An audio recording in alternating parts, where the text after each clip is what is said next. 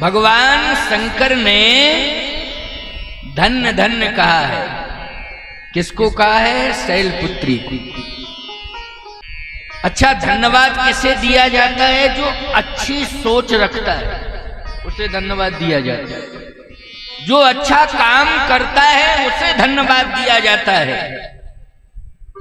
ऐसे नहीं कि किसी को देख लो कहो धन्यवाद धन्यवाद धन्यवाद। नहीं नहीं, जब कोई अच्छी सोच लेकर के समाज में आवे तो धन्यवाद दो। उसके माता पिता को भी धन्यवाद दो। कोई अच्छा कार्य करे तो केवल उसे ही धन्यवाद मत दो, उसके माँ बाप को भी धन्यवाद दो, क्योंकि इतने सुंदर संस्कार दिए हैं माँ बाप ने कि अच्छी सोच और अच्छा कार्य। भगवती पार्वती मैया को भगवान शंकर ने जो धन्यवाद दिया, धन्य धन्य, ये धन्य धन्य दो बार क्यों कहा? एक धन्यवाद तो तुम्हें है पार्वती, और दूसरा धन्यवाद तुम्हारे माता पिता को है कि इतने सुंदर संस्कार जिन्होंने दिए। अच्छा भाई, क्या संस्कार, कौन सी सोच, इसके बारे में भी गोस्वामी तुलसीदास जी महाराज ने बहुत सुंदर उत्तर दे दिया। ये सोच है, ये संस्कार है जिसे लेकर के आई हैं प्रथम शैलपुत्री गिरिराज कुमारी। पूछे रघुपति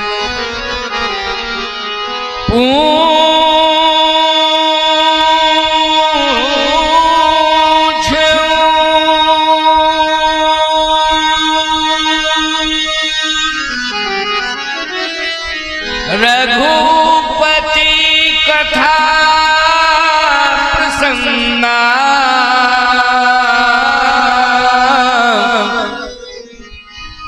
सकल लोक जग पावन गंगा। पूछे रघुपति कथा प्रसंगा। सोच इतनी अच्छी है कि आते ही यह प्रश्न कर दिया और प्रार्थना कर ली कि आप मुझे राम कथा सुनाइए। बोलो, संसार की कौन ऐसी पत्नी है, कौन ऐसी नारी है जो आते ही अपने पति से कहे पहले दिन कि मुझे कथा सुनाओ, राम कथा सुनाओ? कौन पत्नी है? चाहे जितनी सरल सीधी क्यों ना हो, लेकिन पहला प्रश्न वो यही करेगी अपने पति से कि ये बताओ, ये मकान किराए का है कि घर का?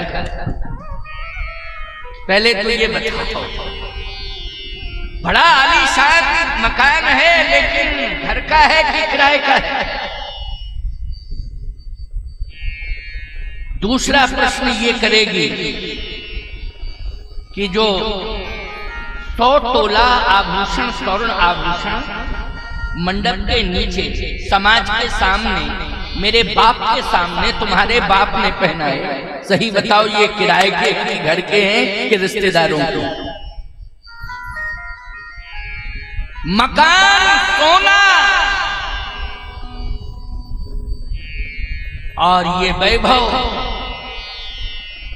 इसके बारे में बताओ, मुझे रिपोर्ट करो क्या है? नहीं नहीं, पार्वती मैया ने इसलिए कहता हूं कि आज ये दिव्य त्रिमुखा माता का मंदिर जहां वो स्वयं प्रकट हुई हैं, अद्भुत दर्शन है। मैं सत्य कहता हूं, बड़े बड़े विग्रह मैंने भारत के अनेक देवी मंदिरों में, अनेक शक्ति मंदिरों में जाकर के देखें, दर्शन किए और बड़े विशाल रूप में दर्शन किए हैं। अरबों रुपए के मंदिर बने हैं, करोड़ों की मूर्तियां आई हैं, लेकिन मैं सबसे ज्यादा प्रभावित हुआ हूं त्रिमुखा माता के दर्शन करके।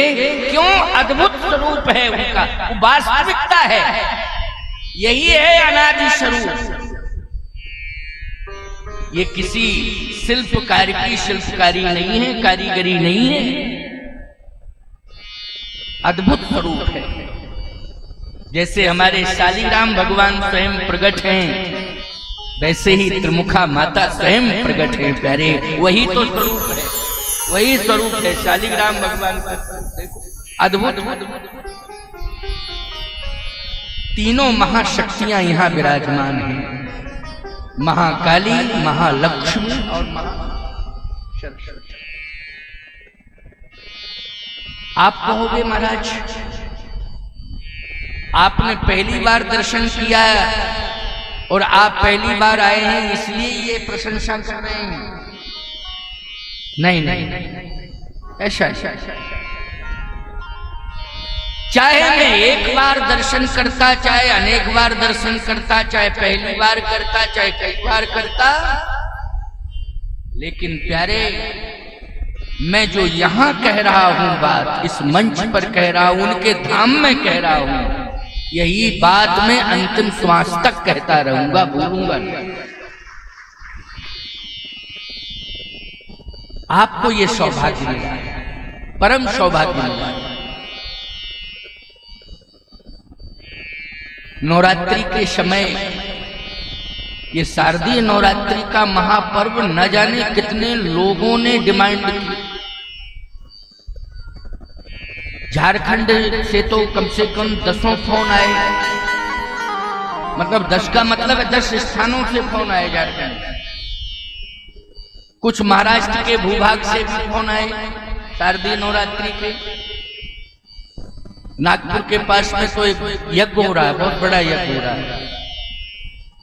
बहुत प्रयास किया उन्होंने कि महाराज कथा हमको दे दी जाए, लेकिन मैं त्रिवेणी संगम के पावन तट पर तीर्थराज प्रयाग में और खनेता धाम के खालसे में मैं श्री कमलदास जी महाराज को वचन दे चुका था और 2 महात्माओं को साक्षी करके दंद्रहुआ धाम के महामंडलेश्वर श्री रामदास जी, खनेता धाम के महामंडलेश्वर रामभूषण दास जी के मध्य में, क्यों भाई, जैसा हमारे यज्ञाचार्य जी ने भी बताया, वहां प्रयाग में ही इस बात की घोषणा हो गई, वहीं पर मेरी स्वीकृति, संतों के मध्य में स्वीकृति। ये मां की कृपा है, मुझे भी मां ने ही बुलाया है और पूज्य श्री कमलदास जी महाराज को भी माता ने ही बुलाया है। नहीं तो सुसुप्ति अवस्था में स्थान जा रहा था, जागृत अवस्था में हो गया। ये राम नाम का, भजन का प्रभाव है। एक बात आपको बता, भजन का प्रभाव है। भजन में बड़ी ताकत है। भजन करने वाले महात्मा कम मिल रहे हैं, भोजन करने वाले, भजन वाले तो अब कम रह गए हैं, सत्य कह रहा हूं। भोजन वाले, अभी मैं आ रहा था, एक महात्मा ने प्रश्न किया मुझसे, मिल गए हो। मैं अमरकंटक से सीधा आया डायरेक्ट, वहां भी आश्रम बन रहा है, कामदगिरि पीठ जो है मां नर्मदा के पावन तट पर निर्माण चल रहा है। वहां से सीधा आया, एक महात्मा मिले अमरकंटक में, बोले महाराज जी कहां जा रहे हैं? नवरात्रि अमरकंटक की करिए। मैंने कहा यज्ञ में जा रहा हूं। अरे मां के दरबार को छोड़ करके आप जा रहे हैं? मां नर्मदा के दरबार को छोड़ के जा रहे हैं? हमने कहा तुम समझ नहीं रहे, मैं मां के दरबार को छोड़ के जा रहा हूं, तुम्हें ये दिखाई दे रहा है, लेकिन मां के दरबार में जा रहा हूं ये तुम्हें दिखाई नहीं दे रहा, ना सुनाई दे रहा है।